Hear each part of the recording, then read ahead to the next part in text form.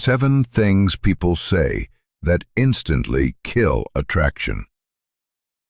You want to know what kills attraction faster than anything else? Desperation. Not the obvious kind, not begging or pleading, the subtle kind. The kind that leaks through your words without you even realizing it. The over-explaining, the excessive apologizing, the need to fill every silence, the constant fishing for validation. Most people talk themselves out of attraction. They say things they think will create connection, but instead they reveal insecurity, weakness, a lack of self-possession that makes the other person instinctively pull back. And here's the brutal truth. They don't even know they're doing it. They think they're being nice, open, authentic, but what they're actually being is needy, and neediness in any form is repulsive. But there's another way, the way of the disciplined. The way that understands attraction isn't built through words, it's destroyed by them. The way that knows what not to say is often more powerful than what you do say. If you're ready to understand why some people command magnetic presence while others chase and never catch, stay. Because what you're about to learn isn't manipulation. It's mastery over the one thing that betrays most people, their own mouth. Attraction is brutal in its honesty. You can't negotiate it. You can't logic someone into it. You can't convince someone to feel it. It's either there or it isn't. And one of the fastest ways to kill it, to watch someone's interest evaporate in real time, is through the words you choose. Not because you said something offensive, but because you said something that revealed you don't respect yourself, that you need their validation, that you're operating from scarcity instead of abundance. And human beings, whether they consciously recognize it or not, are wired to move away from neediness and toward self-possession. It's biological, evolutionary, undeniable. The person who chases repels. The person who's centered attracts. This applies to everything. Romantic relationships, yes, but also professional relationships, friendships, any dynamic where influence and respect matter. The principles are the same. Desperation kills attraction. Self-possession creates it. The Stoics understood this instinctively. They didn't talk about attraction in the modern sense, but they talked extensively about dignity, about self-respect, about the power that comes from not needing external validation. Epictetus taught, "Make the best use of what is in your power, and take the rest as it happens." What's in your power? Your words, your behavior, your reaction to their response. What's not in your power? Whether they're attracted to you, whether they choose you, whether they stay. And the moment you try to control what's not in your power, the moment you use words to try to manufacture attraction, to convince them of your worth, to make them see you differently, you've already lost. Because you've revealed that you need something from them, and need is the opposite of attraction. Most people make this mistake constantly. They meet someone they're interested in and immediately start performing, trying to prove their value through words, explaining themselves, justifying their choices, seeking approval through conversation. And with every word, they make themselves less attractive, because they're advertising their insecurity. The disciplined do it differently.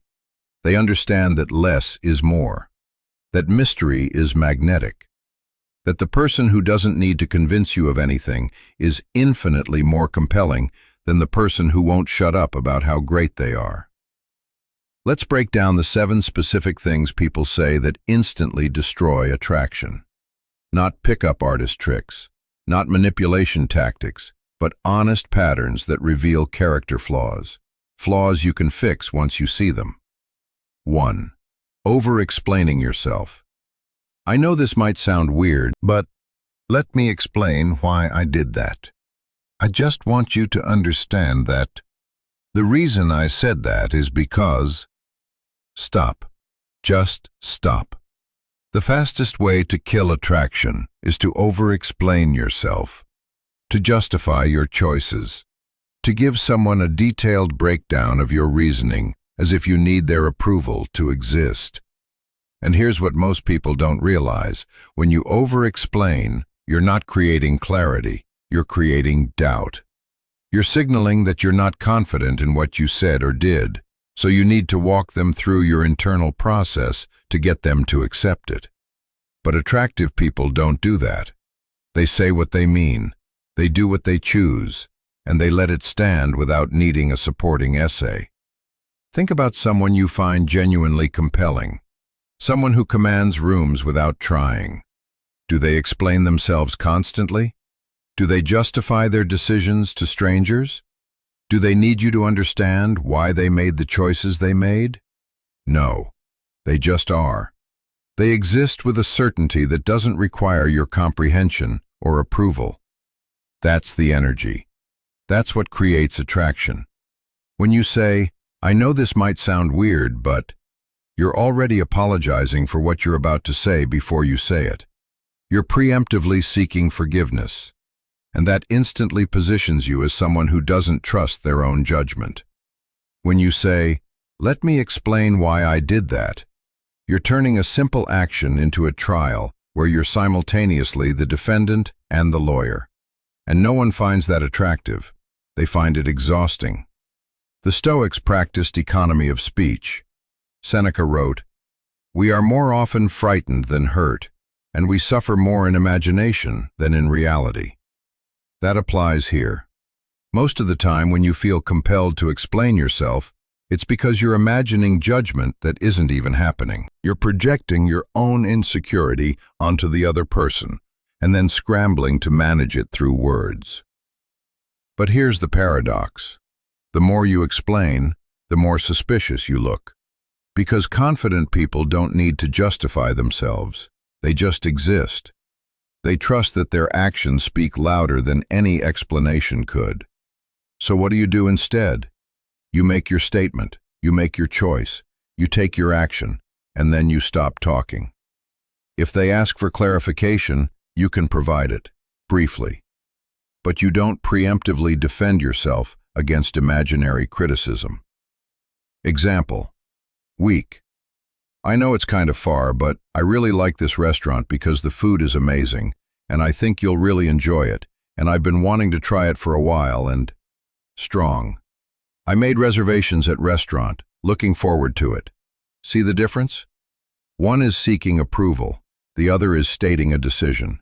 One reveals insecurity, the other reveals self-possession.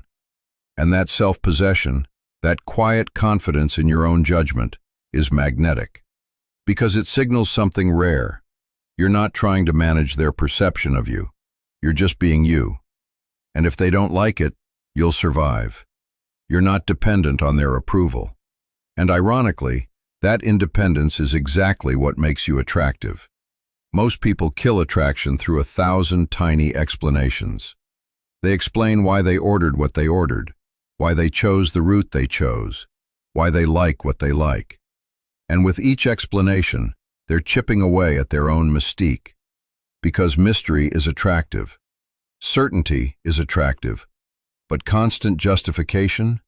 That's repulsive. Marcus Aurelius wrote in his private journal, "Waste no more time arguing about what a good man should be.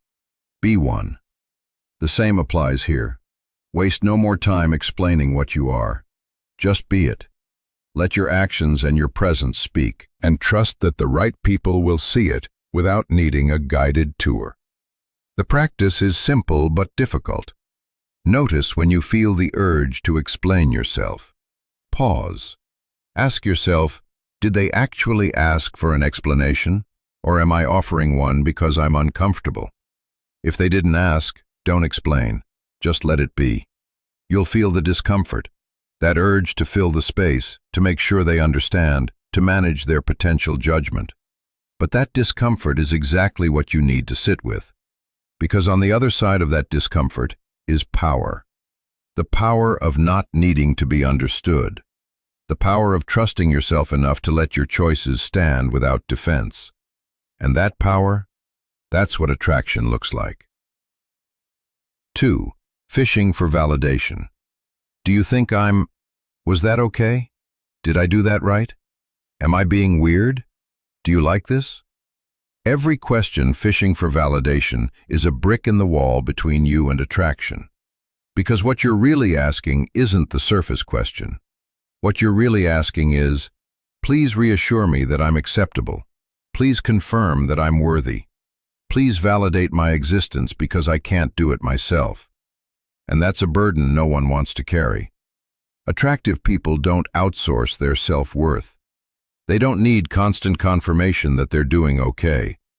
They have an internal reference point, a sense of self that exists independent of external feedback. But most people don't. They're constantly scanning for approval, checking if they're measuring up, seeking reassurance that they're not too much or not enough. And in romantic or social contexts, this becomes unbearable. Because instead of being present with you, experiencing you, enjoying you, the other person becomes your emotional support system, your constant reassurer, your validation dispenser. And that's not a relationship. That's a job.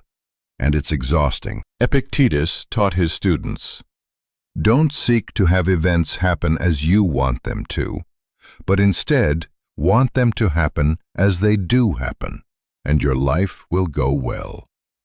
Translation: Stop trying to control how people perceive you. Stop seeking confirmation that you're acceptable. Just be, and let the chips fall where they may.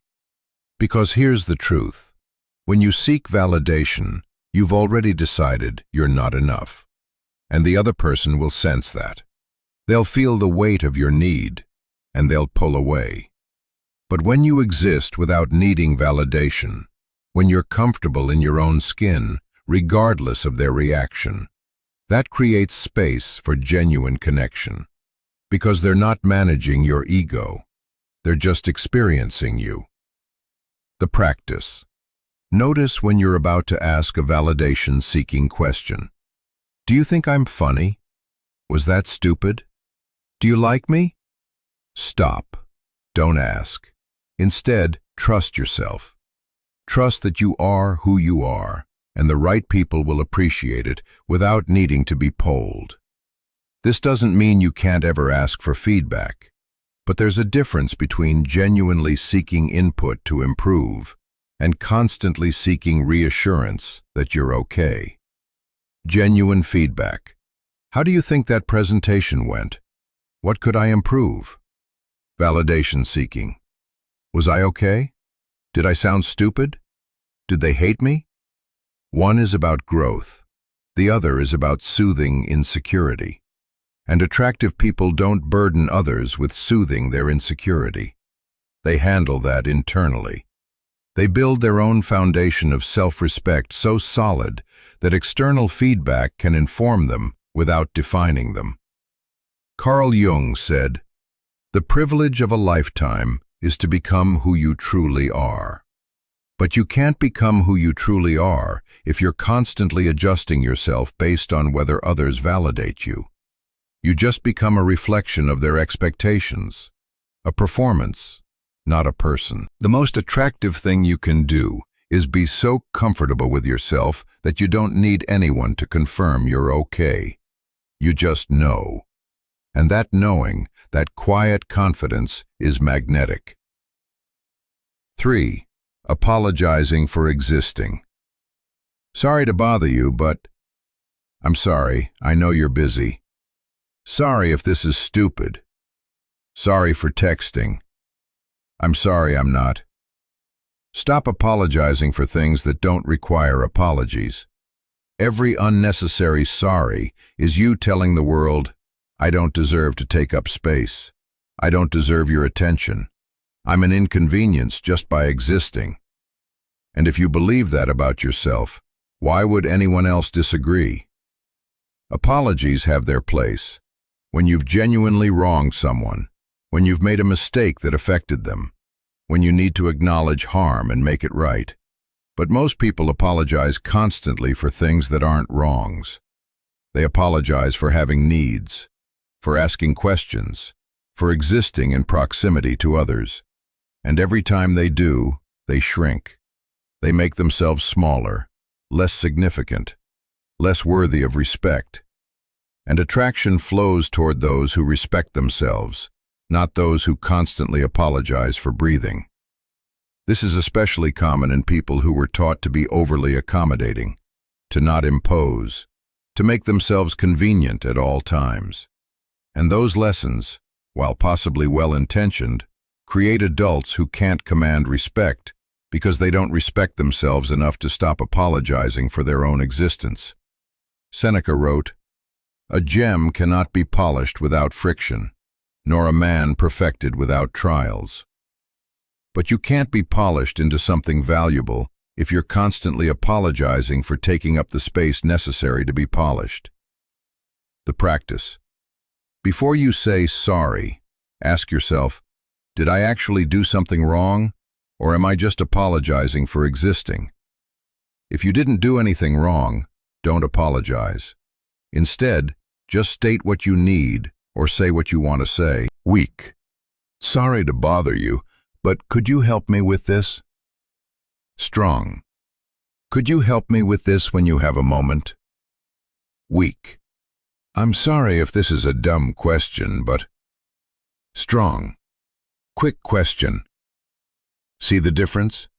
You're not diminishing yourself. You're not pre-apologizing. You're just making a request or asking a question like someone who has a right to do so. Because you do have a right. You're not an imposition.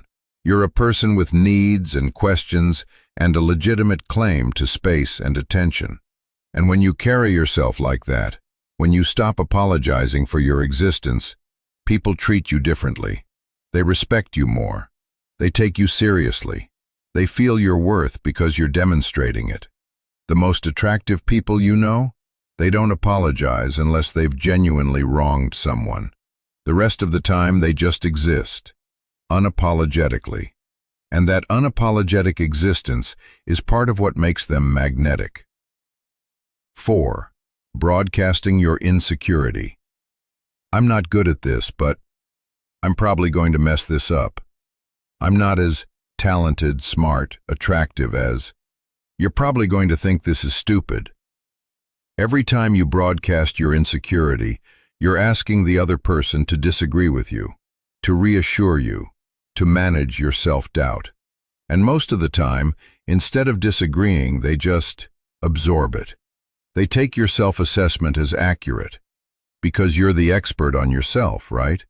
So if you're telling them you're not good enough, they believe you. This is self-sabotage disguised as honesty. People call it being real or being vulnerable. But there's a difference between genuine vulnerability, which requires trust and appropriate context, and just vomiting your insecurities onto someone as a test to see if they'll contradict you. Real vulnerability looks like, "This is important to me, and I'm nervous about it," after trust has been established. Broadcasting insecurity looks like, "I'm probably going to fail at this," to someone you just met, as if your self-doubt is their problem to solve. Marcus Aurelius wrote, "The impediment to action advances action. What stands in the way becomes the way." But you can't turn obstacles into opportunities if you're constantly announcing that the obstacles are too big for you. You just become someone who talks about their limitations instead of someone who overcomes them. The practice. Stop pre-framing things with your inadequacy. If you're not good at something and you're doing it anyway, just do it. Let your effort speak. Let the results land where they land. But don't announce your expected failure as a way of managing expectations or protecting your ego. Because here's what that actually does. It makes people lose confidence in you before you've even started. You've told them not to expect much, and so they don't. Weak. I'm not very good at cooking, but I tried to make dinner. It's probably terrible. Strong. I made dinner. Hope you enjoy it. If it's terrible, they'll notice. But at least you didn't poison their experience before they took the first bite. Attractive people don't advertise their doubts.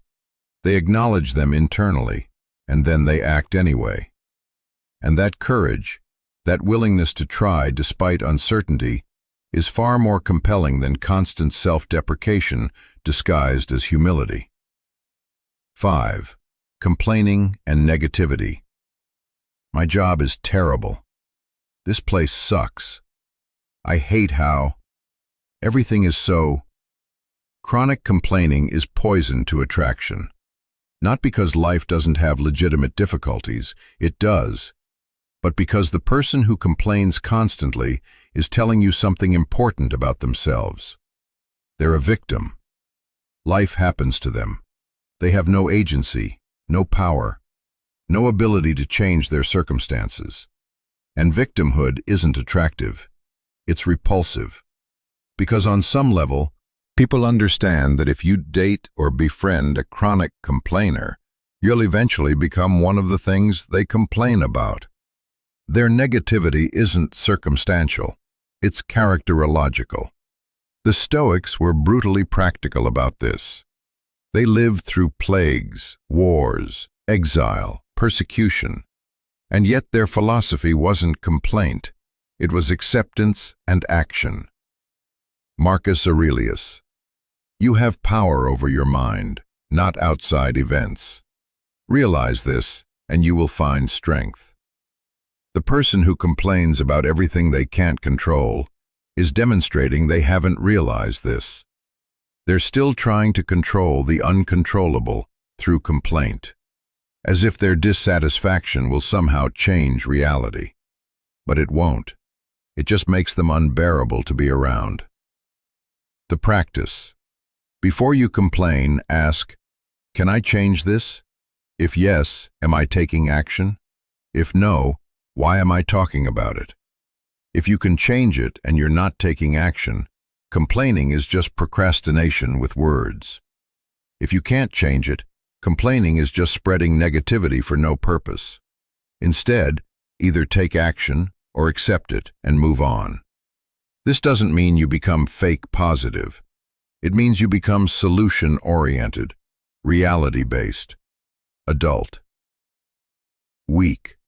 I hate my job. My boss is terrible. The hours suck. The pay is bad. Strong. I'm working on transitioning to something better. In the meantime, I'm learning what I can. One is victim energy. The other is agency. And agency is attractive. 6. Excessive eagerness. I'm free whenever. Anything you want to do is fine. I'll rearrange everything for you. Whatever works for you. Excessive eagerness reads as desperation, as having nothing else going on, as being so hungry for connection that you'll abandon your entire life for a chance at attention. And that's not attractive. That's concerning. Attractive people have lives. They have priorities. They have commitments. And while they make time for people they care about, they don't erase themselves to accommodate others. Because they know scarcity creates value. And if you're always available, you've just made yourself common. The practice. Have a life. Build a life. And when someone wants to spend time with you, check your actual schedule before immediately saying yes. Not as a game, as a reality.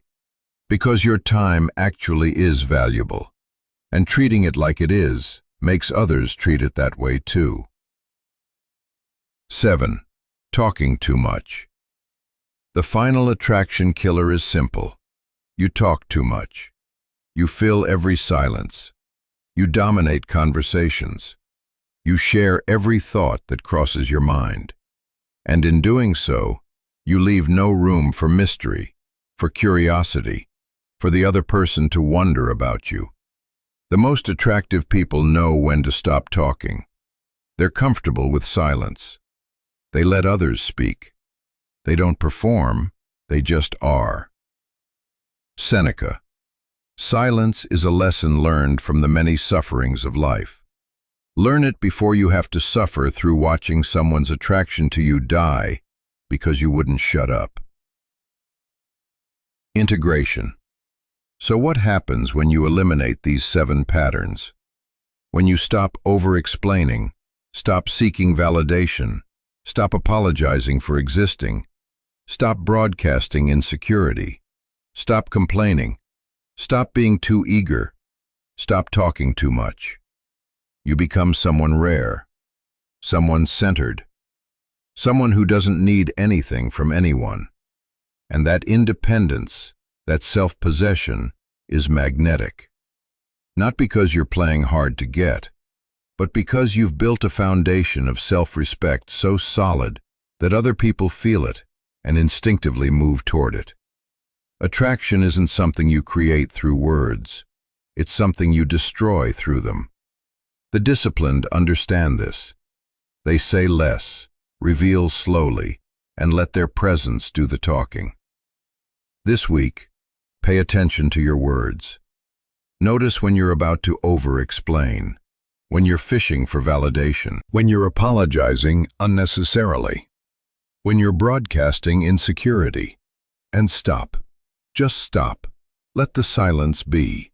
Trust yourself. Respect yourself. Because the moment you stop trying to convince people of your worth through words is the moment they start to see it. Stay focused. Stay quiet when you need to be. And remember, attraction isn't built through what you say. It's preserved through what you don't.